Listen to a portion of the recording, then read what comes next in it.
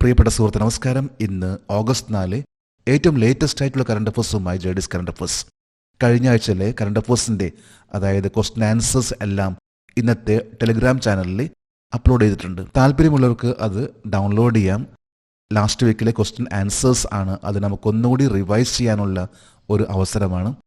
ഇന്നത്തെ ചില current അഫേഴ്സിലെ headings ആണ്: ശ്രീഹരിക്കോട്ടയിലെ സതീഷ് ധവാൻ സ്പേസ് സെന്ററിന്റെ പുതിയ ഡയറക്ടർ ആയിട്ട് പത്മകുമാർ ES നിയമിതനായി. നാഷണൽ വാട്ടർവേസ് 57 അത് കോപ്ലി റിവറിലെ പ്രവർത്തനക്ഷമമായി.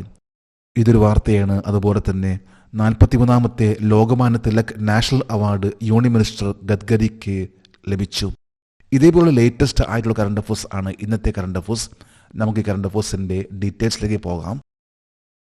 ഒരു ന്യൂസ് ഹെഡിംഗ് ആണ്: Padmakumar ES is the new director of Satish Dhawan space centre Sriharikota. ശ്രീഹരിക്കോട്ടയിലെ സതീഷ് ധവാൻ സ്പേസ് സെന്ററിന്റെ പുതിയ ഡയറക്ടറായി പത്മകുമാർ ES നിയമിതനായി. ഇത് ലേറ്റസ്റ്റ് ആയിട്ട് നമുക്ക് ISRO ഇന്ത്യൻ സ്പേസ് റിസർച്ച് ഓർഗനൈസേഷനിലെ വളരെ പ്രധാനപ്പെട്ട ഒന്നാണ് ശ്രീഹരിക്കോട്ടയിലെ സതീഷ് ധവാൻ സ്പേസ് സെന്റർ. അതുപോലെ തന്നെ VSSC Vikram Sarabhai space centre, inertial system unit എന്നിവയിലെല്ലാം ഡയറക്ടേഴ്സിന്റെ ഒരു മാറ്റമാണ് വന്നിട്ടുള്ളത്. നമുക്ക് ഈ കറണ്ട് അഫേഴ്സിന്റെ ഡീറ്റെയിൽസിലേക്ക് പോകാം. ശ്രീഹരിക്കോട്ടയിലെ സതീഷ് ധവാൻ സ്പേസ് സെന്ററിന്റെ ഡയറക്ടറായി ആരാണ് ചുമതലയേറ്റത്? പത്മകുമാർ ES. പത്മകുമാർ ES ആണ് ഇപ്പോൾ ശ്രീഹരിക്കോട്ടയിലെ സതീഷ് ധവാൻ സ്പേസ് സെന്ററിന്റെ ഡയറക്ടർ. പത്മകുമാർ ESന് ചുമതല കൈമാറിയ സതീഷ് ധവാൻ സ്പേസ് സെന്ററിന്റെ ഡയറക്ടർ ആരായിരുന്നു? Doctor A Rajarajan. Doctor A Rajarajan അദ്ദേഹമാണ് ഇപ്പോൾ വന്നിട്ടുള്ള ഡയറക്ടർ ആയിട്ടുള്ള പത്മകുമാർ ESന് റെസ്പോൺസിബിലിറ്റി ലഭിച്ചിട്ടുള്ളത് ഡോക്ടർ A രാജരാജനിൽ നിന്നായിരുന്നു. ഡോക്ടർ A രാജരാജൻ VSSCയുടെ ഡയറക്ടർ ആയി മാറിയപ്പോഴാണ് ആ സ്ഥാനത്തേക്കാണ് പത്മകുമാർ ES ഇപ്പോൾ സതീഷ് ധവാൻ സ്പേസ് സെന്ററിന്റെ ഡയറക്ടർ ആയിട്ട് ചുമതല ഏറ്റെടുത്തിട്ടുള്ളത്. തിരുവനന്തപുരത്തെ വട്ടിയൂർക്കാവിലെ ISRO ഇനർഷ്യൽ സിസ്റ്റം യൂണിറ്റിന്റെ പുതിയ ഡയറക്ടർ ആരാണ്? സൗമ്യ നാരായണൻ. 3 പ്രധാനപ്പെട്ട ISROന്റെ ബ്രാഞ്ചസ് ആണ് ശ്രീഹരിക്കോട്ടയിലെ Satish Dhawan space centre, VSSC കൂടാതെ ISROയുടെ ഇനർഷ്യൽ സിസ്റ്റം യൂണിറ്റ്. ISROന്റെ ഇനർഷ്യൽ സിസ്റ്റം യൂണിറ്റ് ഇത് തിരുവനന്തപുരത്ത് വട്ടിയൂർക്കാവിലാണ്. അതിന്റെ പുതിയ ഡയറക്ടർ ആണ് സൗമ്യ നാരായണൻ. അതായത് ലോഞ്ച് വെഹിക്കിളിൽ വളരെ പ്രധാനപ്പെട്ട ഒന്നാണ് ഇനർഷ്യൽ സിസ്റ്റം എന്ന് പറയുന്ന ഒരു യൂണിറ്റ്. അതിന്റെ ഇൻചാർജ് ആണ്, അതിന്റെ ഡയറക്ടർ ആണ് Soumya Narayanan. Chandrayaan 3, Aditya L1, LVM3, M2, SSLV തുടങ്ങിയ ദൗത്യങ്ങളിൽ പ്രധാന പങ്ക് വഹിക്കുകയും പിന്നീട് VSSCയുടെ ഡയറക്ടറായും ചെയ്തത് ആരാണ്? Doctor A Rajarajan. Doctor A Rajarajan ആണ് വിക്രം സാരാഭായ് സ്പേസ് സെന്ററിന്റെ പുതിയ ഡയറക്ടർ. അദ്ദേഹം Chandrayaan 3, Aditya L1, LVM3, M2, SSLV എന്നിവയുടെയൊക്കെ ആ ഒരു മിഷനിലേക്ക് വളരെ പ്രധാനപ്പെട്ട കീ റോൾ വന്നിട്ടുള്ള വ്യക്തിയായിരുന്നു ഡോക്ടർ A രാജരാജൻ. അദ്ദേഹമാണ് ഇപ്പോൾ VSSCയുടെ പുതിയ ഡയറക്ടർ. അദ്ദേഹം സതീഷ് ധവാൻ സ്പേസ് സെന്ററിന്റെ ഡയറക്ടർ ആയിരുന്നു. അവിടെ നിന്നാണ് ഇപ്പോൾ VSSCയിലേക്ക് എത്തിയിട്ടുള്ളത്. സതീഷ് ധവാൻ സ്പേസ് സെന്ററിന്റെ ആ ഒരു ഡയറക്ടർ സ്ഥാനത്തേക്കാണ് പത്മകുമാർ ES ഇപ്പോൾ ചുമതല ഏറ്റെടുത്തിട്ടുള്ളത്. അടുത്തൊരു ന്യൂസ് ഹെഡിംഗ് ആണ്: the ORC scheme scale up to cover 1227 schools in the state. ORC പദ്ധതി സംസ്ഥാനത്തെ 1277 സ്കൂളിലേക്ക് വ്യാപിച്ചു.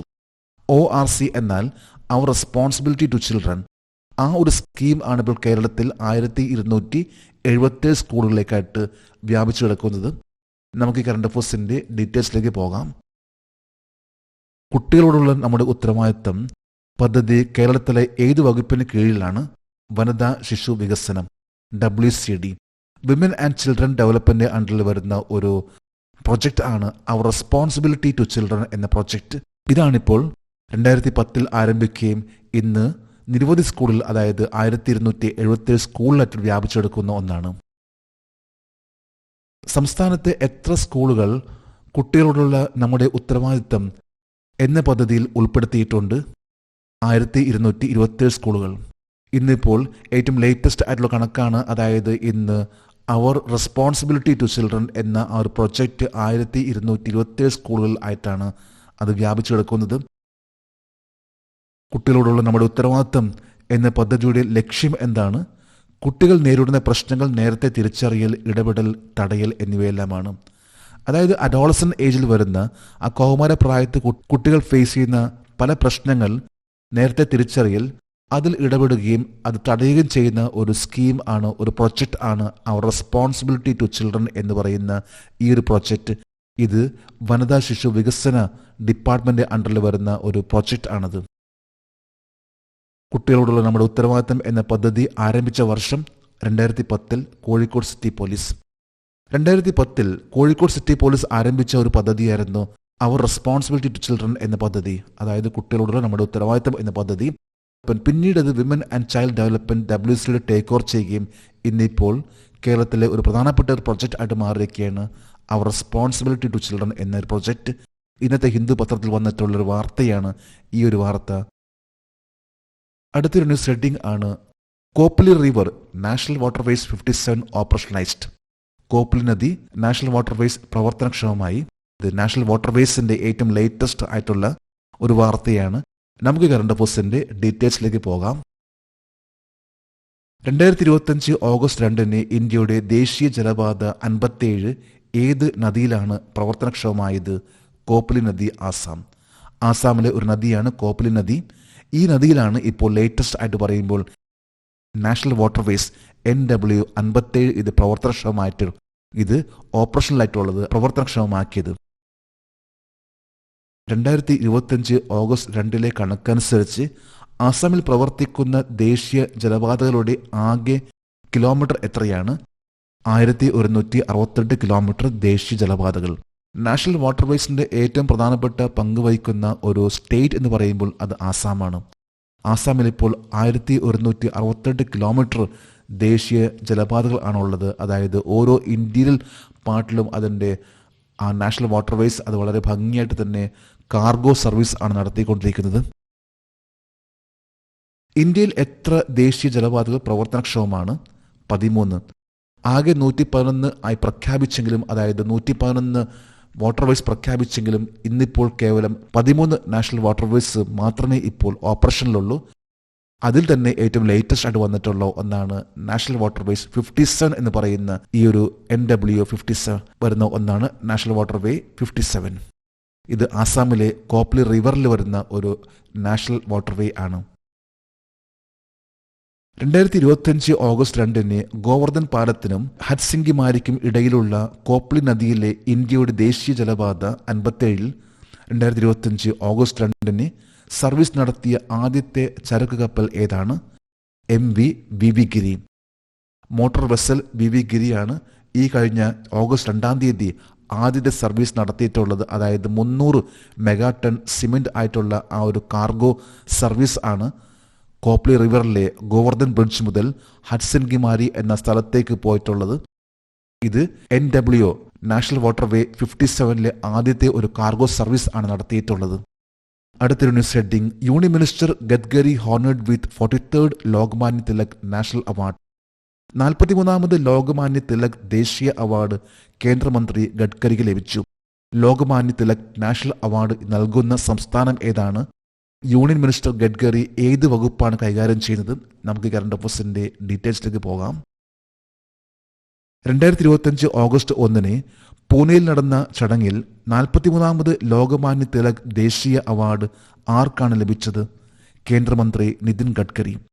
നിതിൻ ഗഡ്കരി ഇപ്പോഴത്തെ minister off road transport and highways of ഇന്ത്യയുടെ മിനിസ്റ്ററാണ്, യൂണിയൻ മിനിസ്റ്റർ ആണ്. അദ്ദേഹത്തിനാണ് ഓഗസ്റ്റ് 1 പൂനെയിൽ നടന്നിട്ടുള്ള ചടങ്ങിൽ 43ാമത്തെ ലോകമാന്യ തിലക് ദേശീയ അവാർഡ് നൽകി ആദരിച്ചിട്ടുള്ളത്. സ്വരാജ്യം സ്വരാജ്യത്തിലേക്ക് എന്നത് ഏത് സ്വാതന്ത്ര്യ സമര സേനാനിയുടെ ദർശനമായിരുന്നു? ലോകമാന്യ ബാലഗംഗാധർ തിലക്. സ്വരാജ്യ ഇന്ത്യ സ്വരാജ്യ എന്ന വിഷൻ ആയിരുന്നു ഫ്രീഡം ഫൈറ്റർ ആയിട്ടുള്ള ലോകമാന്യ ബാലഗംഗാധർ തിലക്. അദ്ദേഹത്തിന്റെ പേരിലുള്ള അവാർഡ് ആണ് ഇപ്പോൾ നൽകിയിട്ടുള്ളത്. അതായത് 43ാമത്തെ ലോകമാന്യ തിലക് നാഷണൽ അവാർഡ് നൽകിയിട്ടുള്ളത് യൂണിയൻ മിനിസ്റ്റർ നിതിൻ ഗഡ്കരിക്ക്. എല്ലാ വർഷവും ലോകമാന്യ തിലക് ദേശീയ അവാർഡ് നൽകുന്ന സംസ്ഥാനം ഏതാണ്? മഹാരാഷ്ട്ര. മഹാരാഷ്ട്ര സർക്കാരിന്റെ ഒരു അവാർഡ് ആണ് ലോകമാന്യ തിലക് നാഷണൽ അവാർഡ്. ഇന്നത്തെ current affairs last heading 38th national under 11 chess championship. 38ാമത് ദേശീയ അണ്ടർ 11 ചെസ് ചാമ്പ്യൻഷിപ്പ്. ചെസ് ആയി ബന്ധപ്പെട്ട ഒരു കറണ്ട് അഫയേഴ്സ് ആണ്. നമുക്ക് ഈ കറണ്ട് അഫയേഴ്സിന്റെ ഡീറ്റെയിൽസിലേക്ക് പോകാം. 2025 ഓഗസ്റ്റ് 2 38ാമത് ദേശീയ അണ്ടർ 11 ചെസ് ചാമ്പ്യൻഷിപ്പ് എവിടെയാണ് ഉദ്ഘാടനം ചെയ്തത്? ജൽഗാവ്, മഹാരാഷ്ട്ര. മഹാരാഷ്ട്രയിലെ ഒരു പ്രദേശമാണ് ജൽഗാവ്.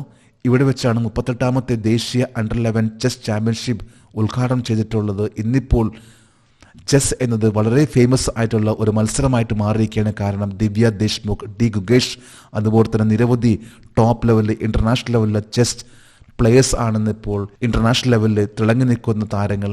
അതുകൊണ്ട് തന്നെ ഇപ്പോൾ ഇന്ത്യയിൽ ചെസ് അത് വളരെയധികം തന്നെ ഹൈ ലെവലിൽ എത്തിയിരിക്കുകയാണ്. ഏറ്റവും ലേറ്റസ്റ്റ് ആയിട്ട് ദിവ്യ ദേശ്മുഖ് ആണ് വേൾഡ് കപ്പ് ആദ്യമായിട്ട് വനിതാ വേൾഡ് കപ്പ് ഇന്ത്യക്ക് വേണ്ടി നേടിയിട്ടുള്ളത് ചെസ്സിൽ. 38ാമത് ദേശീയ അണ്ടർ 11 ചെസ് ചാമ്പ്യൻഷിപ്പ് ഏത് ഫോർമാറ്റിലാണ് നടക്കുക? 11 മത്സര റൗണ്ടുകളുമായി സ്വിസ് ലീഗ് ഫോർമാറ്റ്.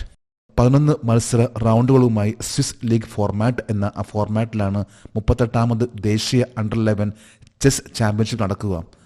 പ്രധാനമായിട്ടും പറയുമ്പോൾ 3 ഫോർമാറ്റ്സ് ആണ് ചെസ്സിൽ. ഒന്ന് ക്ലാസിക്കൽ, റാപ്പിഡ്, ബ്ലിറ്റ്സ്. മിക്കവാറും എല്ലാം ഇന്റർനാഷണൽ മത്സരങ്ങൾ ഈ 3 ഫോർമാറ്റിലാണ് ഉണ്ടാകാറുള്ളത്. 2025 ഓഗസ്റ്റ് 2 38ാമത് ദേശീയ അണ്ടർ 11 ചെസ് ചാമ്പ്യൻഷിപ്പ് ഉദ്ഘാടനം ചെയ്തത് ആരാണ്? കേന്ദ്ര യുവജനകാര്യ കായിക സഹമന്ത്രി ശ്രീമതി രക്ഷ നിഖിൽ ഖാഡ്സെ. ഇപ്പോഴത്തെ union minister of state for youth affairs and sports ആണ് ശ്രീമതി രക്ഷ നിഖിൽ ഖാഡ്സെ. ഈ ഒരു മിനിസ്റ്ററാണ് ഓഗസ്റ്റ് 2 38ാമത്തെ നാഷണൽ അണ്ടർ 11 ചെസ് ചാമ്പ്യൻഷിപ്പ് ഉദ്ഘാടനം ചെയ്തിട്ടുള്ളത്. Union minister for youth affairs and sports and labour and employment doctor Mansukh മാണ്ഡവിയാണ്. എന്നാൽ ministry of youth affairs and സ്പോർട്സിന്റെ മിനിസ്റ്റർ ഓഫ് സ്റ്റേറ്റ് ആണ് രക്ഷ ഖാഡ്സെ. നമ്മളിന്ന് ഏറ്റവും ലേറ്റസ്റ്റ് ആയിട്ടുള്ള കറണ്ട് അഫയേഴ്സ് ആണെന്ന് ഇവിടെ അപ്ഡേറ്റ് ചെയ്തിട്ടുള്ളത്. ജേഡിസ് കറണ്ട് അഫയേഴ്സിന്റെ ഇന്നത്തെ ഈ വീഡിയോ കണ്ടിട്ട് ഇഷ്ടപ്പെട്ടെങ്കിൽ ഈ ചാനൽ സബ്സ്ക്രൈബ് ചെയ്യാനും ഷെയർ ചെയ്യാനും മറക്കരുത്. നമുക്ക് നാളെ വീണ്ടും പുതിയ കറണ്ട് അഫയേഴ്സുമായിട്ട് കാണാം. Thank you very much.